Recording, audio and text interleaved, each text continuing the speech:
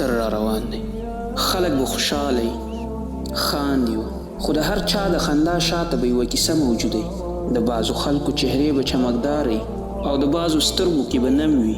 د اختر سپوږمۍ خو روښانه شوه، خو بعضې مخونه شته چې هیڅ به روښانه نشي، ځکه هغه بعضې یادونه او کیسې لري چې د نوې جوړې اغوستو په وخت کې زړه زخمي کوي. بعضې اوازونه او خبرې چې هر وخت په زړه او غوږونو کې موجوده وي.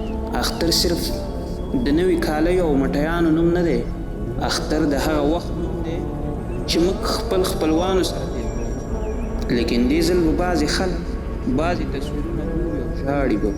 د ډېرو میندو به لاسونه په نکریزو نه بلکې په دعاګانو رنګ وي. ډېر ماشومان به د خپلو والدینو په انتظار کې ویده شي. ډېرې خویندې به بغیر د ورور نه یوازې یوازې.